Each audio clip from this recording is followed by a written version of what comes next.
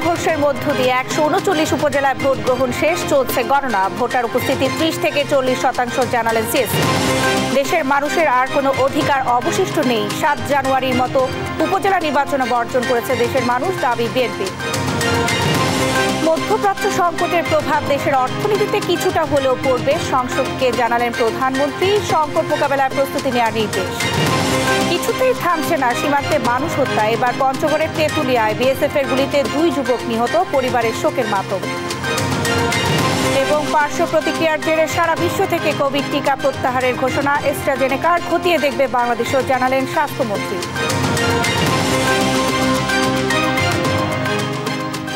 সংবাদ সন্ধ্যায় দেখছিলেন একেএসটিএমটি বার সংবাদ শিরোনাম, সঙ্গে আছি আমি শারমিন নাজি। ষষ্ঠ উপজেলা নির্বাচনের প্রথম ধাপে 139 উপজেলায় ভোট গ্রহণ শেষে চলছে গণনা। কোথাও কোথাও এরই মধ্যে ঘোষণা হয়েছে ফলাফল। বিস্তারিত জানাতে কক্সবাজার ও সাতক্ষীরা থেকে যুক্ত হচ্ছেন সহকর্মী সৌরভ দেব ও শরীফুল্লাহ কায়সার সুমন। শুরুতেই কক্সবাজার থেকে যুক্ত হচ্ছেন সৌরভ দেব। সৌরভ, কক্সবাজারে ভোট গণনা কি শেষ হয়েছে? এখন পর্যন্ত কোনো উপজেলার ফলাফল কি জানতে পেরেছেন? আমাদেরকে জানাবেন।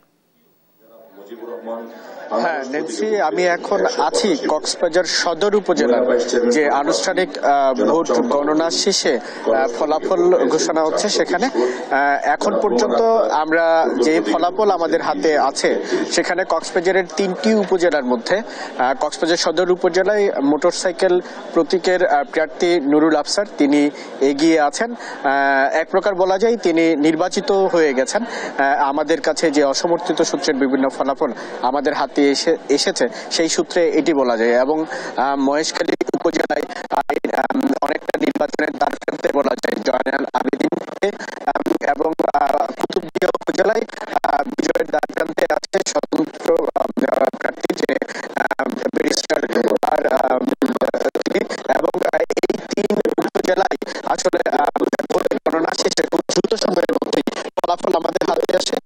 তার অন্যতম কারণ হচ্ছে এই উপজেলার মধ্যেই আসলে ইভিএম এ ভোট গ্রহণ হয়।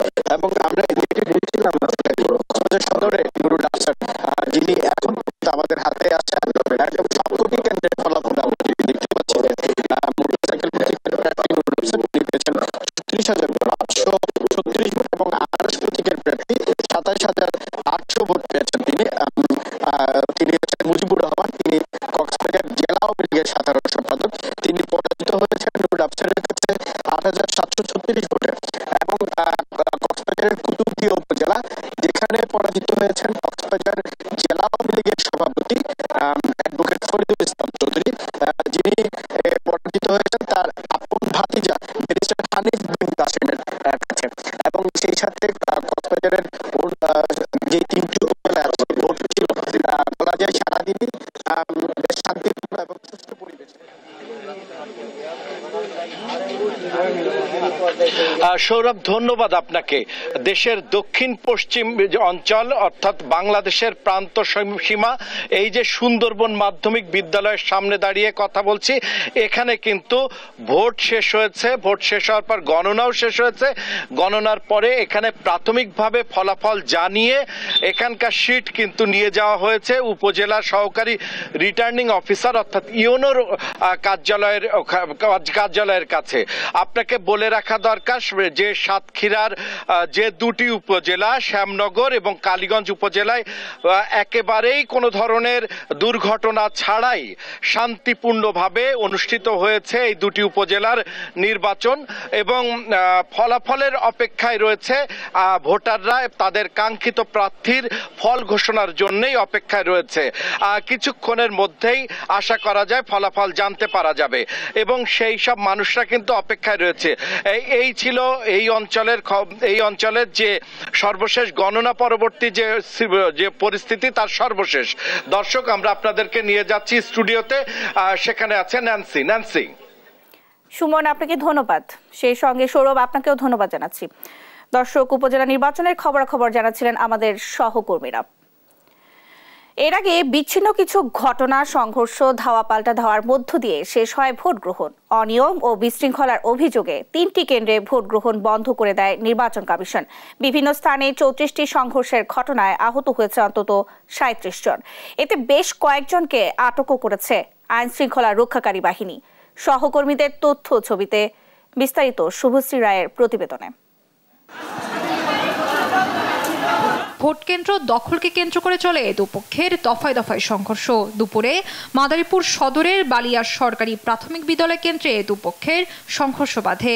এ সময় অর্ধশত ককটেল বিস্ফোরণ হয়। এতে উভয় পক্ষের অন্তত 10 জন আহত হন। আমি বাইরে বের হয়েছি, তারপর বোম পায়ে লাগছে, বোম মারছে, গুলি লাগছে, মিল্টন মোল্লা মারছে, 2 জনের পায়ে লাগছে, 2 জনের হাতে লাগছে, মহিলার লাগছে, আমার ভাই মাথা ফাট গেছে।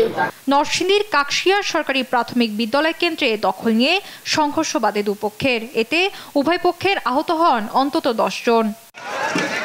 সুনামগঞ্জের শাল্লায় ভোট চাওয়াকে কেন্দ্র করে 24 সরকারি প্রাথমিক বিদ্যালয়ের সামনে 2 প্রার্থীর সমর্থকদের মধ্যে চলে সংঘর্ষ।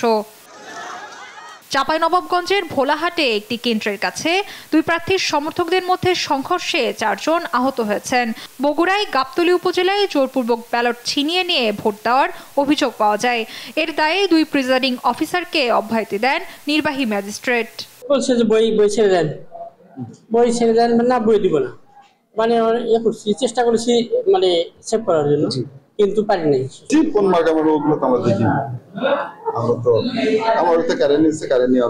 প্রথম ধাপে নির্বাচনে ভোট গ্রহণ শুরু হয় সকাল 8টায়, কিন্তু শুরুতেই বৃষ্টির বাগড়ায় ভোটার উপস্থিতি ছিল কম। তবে বেলা বাড়ার সঙ্গে সঙ্গে কিছুটা বাড়ে উপস্থিতি। কিছু কিছু কেন্দ্রে ভোটার উপস্থিতি ছিল চোখে পড়ার মতো। ব্যাপক উৎসাহ নিয়ে ভোট দিতে দেখা যায় ভোটারদের। আইন শৃঙ্খলা বাহিনীর কড়া নিরাপত্তায় এদিন ভোটাধিকার প্রয়োগ করেন পাহাড়ের বাঙালি নারী পুরুষ ভোটাররাও। কেন্দ্রগুলোতে কঠোর নিরাপত্তায় তৎপর ছিল র্যাব, পুলিশ ও বিজিবি সদস্যরা। প্রত্যেক কেন্দ্রে পুলিশের সংখ্যা কোথাও 3 জনের কম নেই। আমরা গুরুত্ব বিবেচনা করে যেখানে যত পুলিশ সদস্য দরকার আমরা সেভাবে ডেপ্লয়েড করেছি। তবে মানিকগঞ্জ সহ দেশের কয়েকটি উপজেলায় কেন্দ্র থেকে প্রার্থীদের এজেন্টকে বের করে দেওয়ার অভিযোগ পাওয়া যায়। সেই সঙ্গে কিছু প্রার্থী ভোট বর্জনের ঘোষণাও দেন। শুভশ্রী রায়, নিউজ ডেস্ক, দেশ টিভি। উপজেলা নির্বাচনের প্রথম ধাপের ভোটকে মোটামুটি শান্তিপূর্ণ দাবি করেছে নির্বাচন কমিশন। বিকালে আগারগাঁয়ে নির্বাচন কমিশন ভবনে ব্রিফিংকালে প্রধান নির্বাচন কমিশনার কাজী হাবিবুল আওয়াল বলেন, উপজেলায় ভোট পড়েছে 30 থেকে 40%। জানান, ধান কাটার মৌসুমে ভোটার উপস্থিতি কিছুটা কম ছিল। নূপুর মাহমুদের রিপোর্টে থাকছে বিস্তারিত। প্রথম ধাপে 139টি উপজেলায় অনুষ্ঠিত হয় ভোট গ্রহণ। তবে সন্তোষজনক ছিল না ভোটার উপস্থিতি। সকাল থেকে আগারগাঁওয়ের নির্বাচন অফিস কার্যালয়ে বসে ভোটের সার্বিক পরিস্থিতি তদারকি করছিলেন প্রধান নির্বাচন কমিশনার সহ সংশ্লিষ্ট কর্মকর্তারা। ভোটার উপস্থিতি নিয়ে সন্তোষ প্রকাশ করলেও বৈরী আবহাওয়ায় এটিকে মন্দ বলছেন না তারা। সকাল থেকে বিভিন্ন জায়গায় বৃষ্টি ছিল, আবার ধান কাটার একটা মৌসুম ছিল। আমরা জানার চেষ্টা করেছি, আমাদেরকে বলা হয়েছে অনেকেই ধান কাটতে থাকায় ওরা ভোট দিতে আসেননি। আর তাছাড়া সকালে বেশ কিছু কিছু জায়গায় বেশ ঝড় বৃষ্টি হয়েছে, এটা একটা কারণ হতে পারে।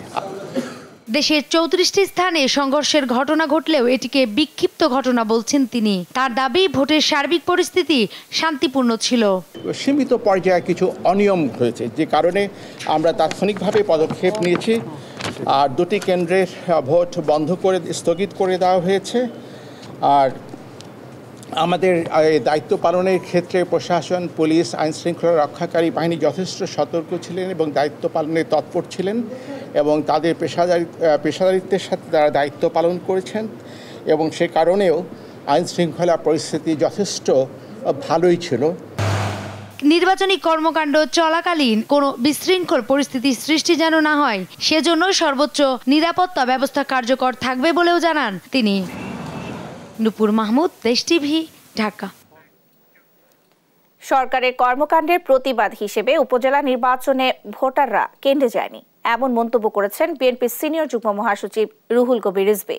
নয়াপল্টনে দলের কেন্দ্রীয় কার্যালয়ে সংবাদ সম্মেলনে তিনি বলেন, এই সরকারের অধীনে কোনো নির্বাচনে মন্ত্রী এমপিদের স্বজন ছাড়া অন্য কারো নির্বাচিত হওয়ার সুযোগ নেই। তাই ভোট কেন্দ্রে না গিয়ে সরকারের অপকর্মের প্রতিবাদ জানিয়েছে জনগণ। এ সময় পঞ্চগড় সীমান্তে বিএসএফের গুলিতে 2 বাংলাদেশি নিহতের ঘটনার তীব্র নিন্দা জানান রিজভী। বলেন, ক্ষমতায় টিকে থাকতে ভারতের উপর নির্ভরশীলতার কারণে সীমান্ত হত্যায় সরকারের কিছু যায় আসে না। নতজানু নীতির কারণেই সীমান্তে এক দফা আন্দোলনের তহবিল আত্মসাৎ নিয়ে গণমাধ্যমের খবরের সমালোচনা করেন রিজভী। আওয়ামী প্রতারণার ফাঁদে পা না দিয়ে দেশের ভোটারগণ সর্বান্তকরণে উপজেলা নির্বাচন প্রত্যাখ্যান করছে এবং আরও যে 3 দফা পরবর্তীতে আছে সেই 3 দফা নির্বাচনে জনগণ ভোটাররা কেউ যাবে না।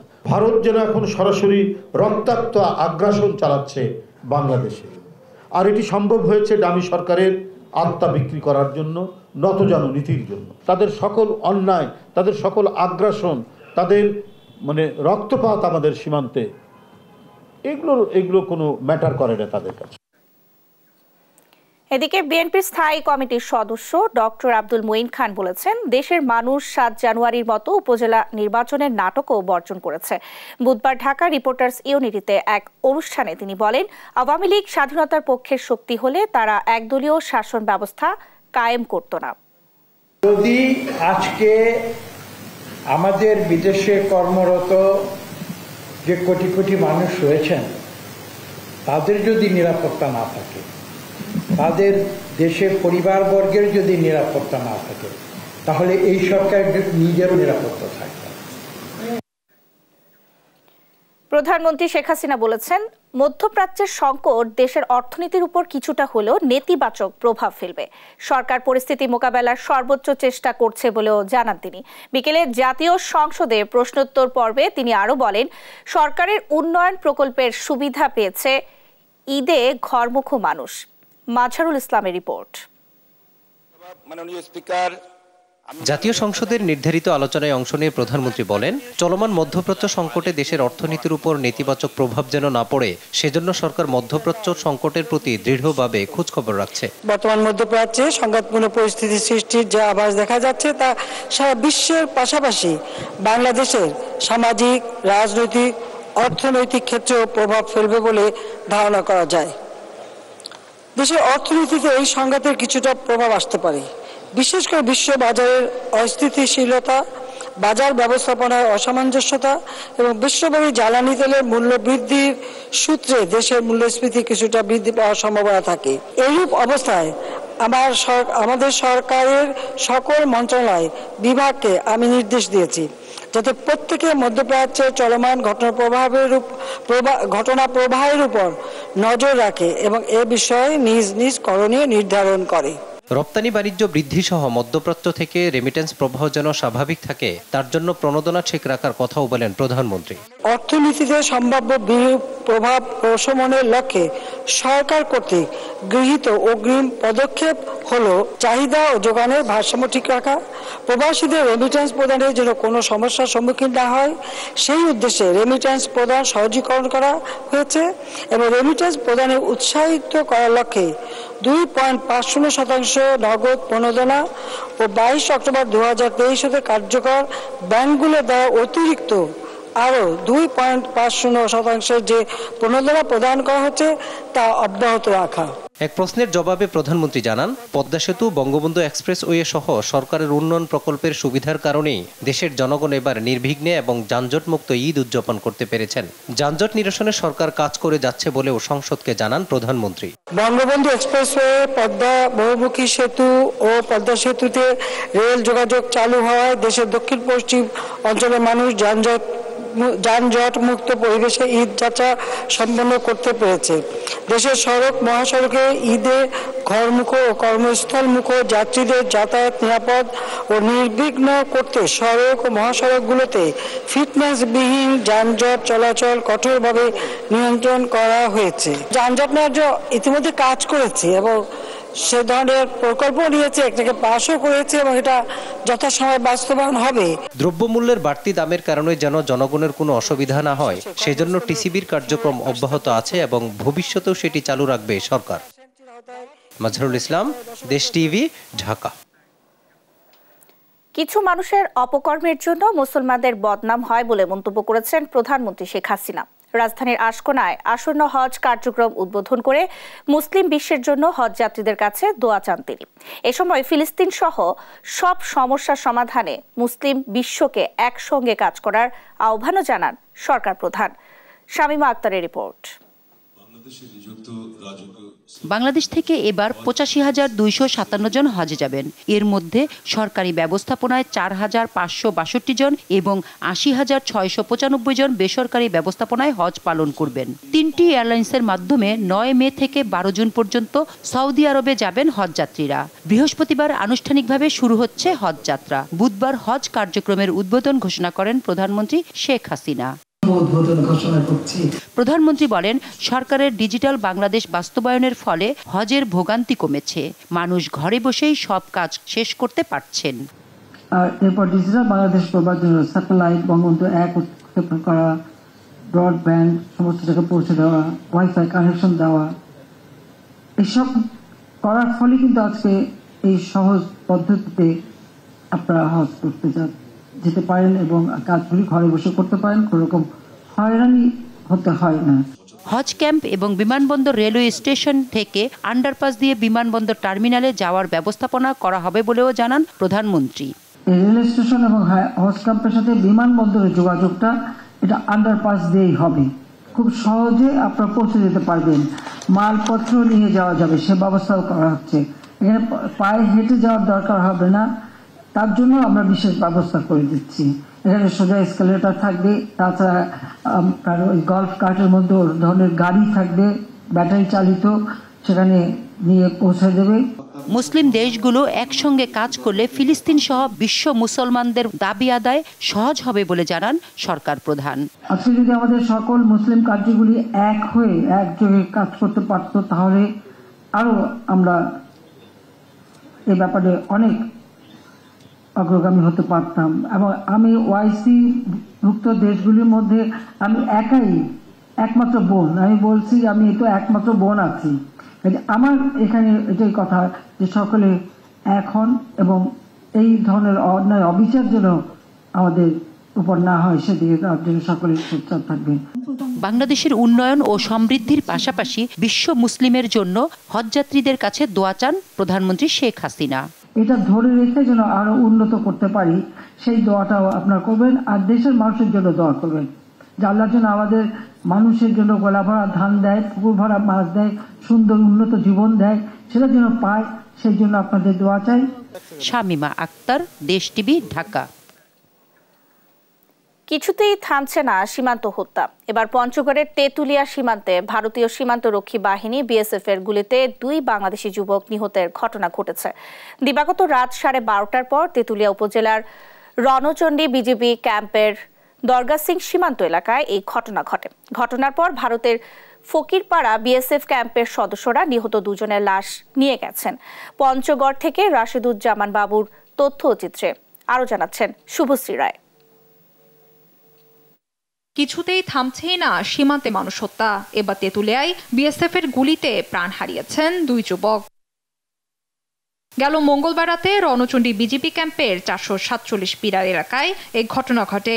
নিহত জলিল উপজেলার সদর ইউনিয়নের মাগুরা গ্রামের ও ইয়াসিন আলী 3 নৈহাট ইউনিয়নের ব্রহ্মতুল গ্রামের বাসিন্দা।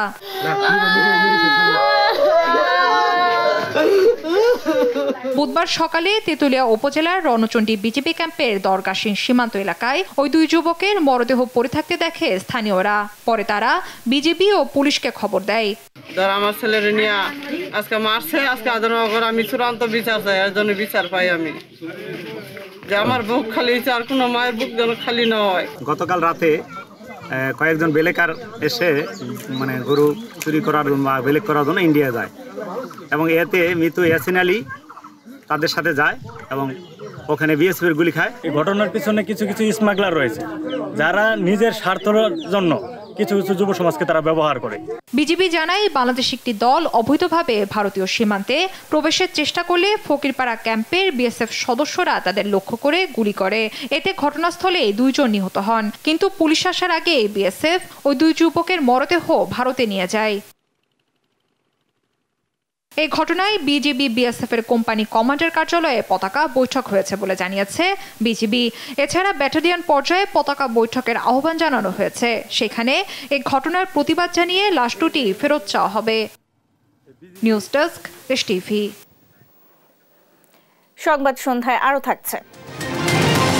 সারা দেশে সক্রিয় নকল পানীয় ও খাবার স্যালাইন তৈরির চক্র, স্বাস্থ্যের মারাত্মক ক্ষতির আশঙ্কা, 6 জনকে গ্রেফতার করেছে ডিবি।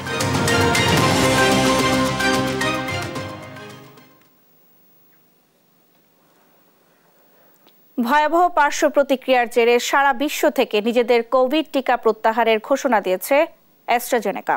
স্বাস্থ্যমন্ত্রী ডাক্তার শামুতলাল সেন বলেন, দেশে এই টিকার কোনো পার্শ্ব প্রতিক্রিয়া হচ্ছে কিনা সে ব্যাপারে অনুসন্ধান করা হচ্ছে। বুধবার রাজধানীর সিরডাপ মিলনায়তনে তিনি এ কথা বলেন।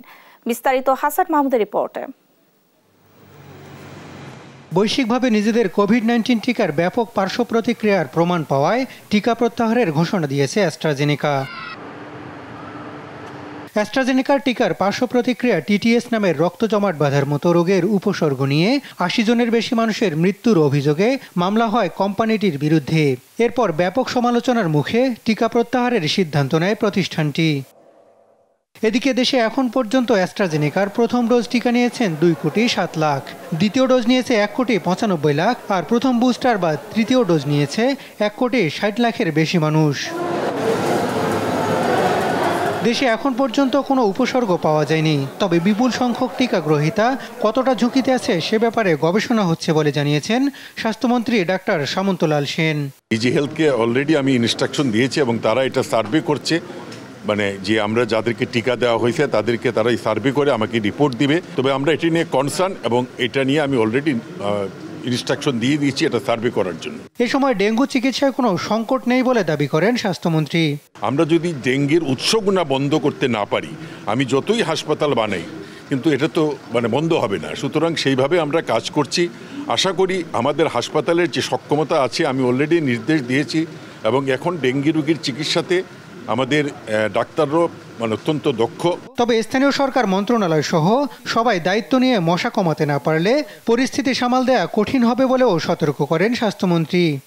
হাসান মাহমুদ, দেশ টিভি, ঢাকা।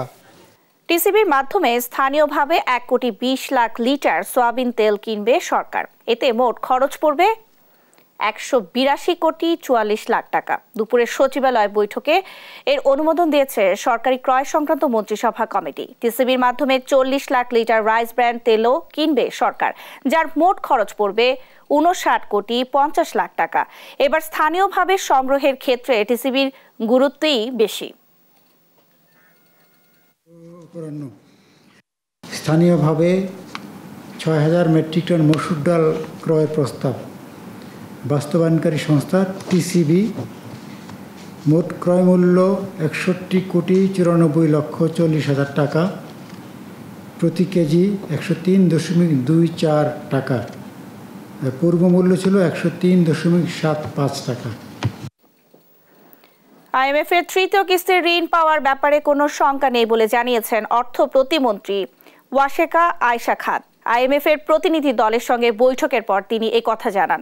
24 এপ্রিল থেকে টানা 15 দিনের ধারাবাহিক বৈঠকের সারমর্ম নিয়ে সচিবালয়ে অর্থ প্রতিমন্ত্রীর সঙ্গে বৈঠক করেন ঢাকা সফররত আন্তর্জাতিক মুদ্রা তহবিল আইএমএফ এর প্রতিনিধি দল। অর্থ প্রতিমন্ত্রীর সামনে ঋণের শর্ত ও সংস্কারের কতটা অগ্রগতি এবং আরও কি করতে হবে সে সুপারিশগুলো তুলে ধরেন তারা। প্রায় পৌনে 1 ঘন্টার বৈঠক শেষে অর্থ প্রতিমন্ত্রী বলেন, নতুন করে মুদ্রাস্ফীতি নিয়ন্ত্রণ, রাজস্ব আয় বাড়ানো, সুদ হারের বিষয়টি নিয়ে পরামর্শ দিয়েছে আইএমএফ। জানান, আইএমএফ এর দেয়া 10টির মধ্যে 9টি শর্ত পূরণ করেছে বাংলাদেশ। ফলে ঋণের তৃতীয় কিস্তির টাকা জুনের রিজার্ভে যোগ হতে পারে।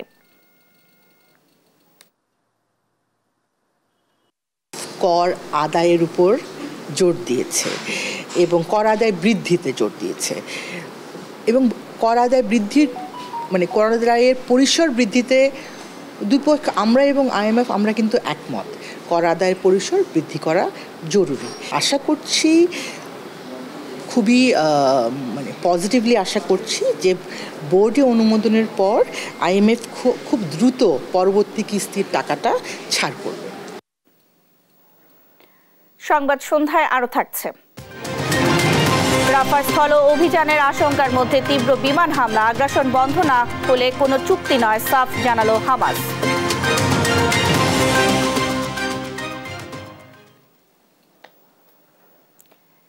নকল খাবার স্যালাইন বিক্রির সঙ্গে জড়িতদের তথ্য দিতে সবাইকে অনুরোধ জানিয়েছে মহানগর গোয়েন্দা পুলিশ। দুপুরে এক সম্মেলনে এই অনুরোধ জানিয়ে বলা হয়, সম্প্রতি এরকম একটি চক্রকে গ্রেফতার করা হয়েছে। চক্রটি দীর্ঘদিন ধরে নকল খাবার স্যালাইন সহ মুখরোচক জুসও তৈরি করে আসছিল। বিস্তারিত ফজলে আদিত্যের রিপোর্টে। তীব্র তাপপ্রবাহের কারণে দেশ জুড়ে বেড়েছে কোমল পানীয় ও স্যালাইনের চাহিদা। এরই সুযোগ নেয় একদল অসাধু ব্যবসায়ী। বেশি লাভের আশায় বাজারে ছেড়েছে নকল পণ্য। এমনকি পুরান ঢাকায় গড়ে তোলা হয়েছে ছোট বড় ফ্যাক্টরি। সম্প্রতি এরকম এক চক্রের 6 সদস্যকে গ্রেপ্তার করেছে পুলিশ। বুধবার ডিবি প্রধান কার্যালয়ে এক সংবাদ সম্মেলনে এই তথ্য জানায় মহানগর গোয়েন্দা পুলিশ। কেমিক্যাল দিয়ে শিশু খাদ্য, ভেজাল, কোমল পানীয়, ড্রিঙ্ক, ফ্রুটু, ম্যাঙ্গো জুস তৈরির কারখানা এবং নকল টেস্টি স্যালাইন তৈরি প্রতারণা চক্রের সাথে আমরা 6 সদস্য গ্রেপ্তার করি। বিপুল পরিমাণ ভেজাল পণ্য তৈরি মালামাল উদ্ধার করি।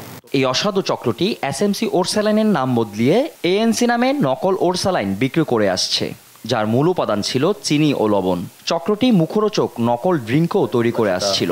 SMC এবং SNC দুইটা ডিফারেন্স দিয়ে তারা এই নকল SNC স্যালাইন বানাচ্ছে, যেহেতু এক হলো ধান কাটার সিজন আর আরেকটি হলো নির্বাচন। সব কিছু মিলে মানুষ প্রচুর পরিমাণে স্যালাইনগুলি তারা বাজারজাত করেছে এবং মানুষ কিনেছে। এবং যারা এই ধরনের অবৈধ ব্যবসা করছে তাদের বিরুদ্ধে অভিযান চলমান থাকবেও বলে হুঁশিয়ারি দেন গোয়েন্দা পুলিশ।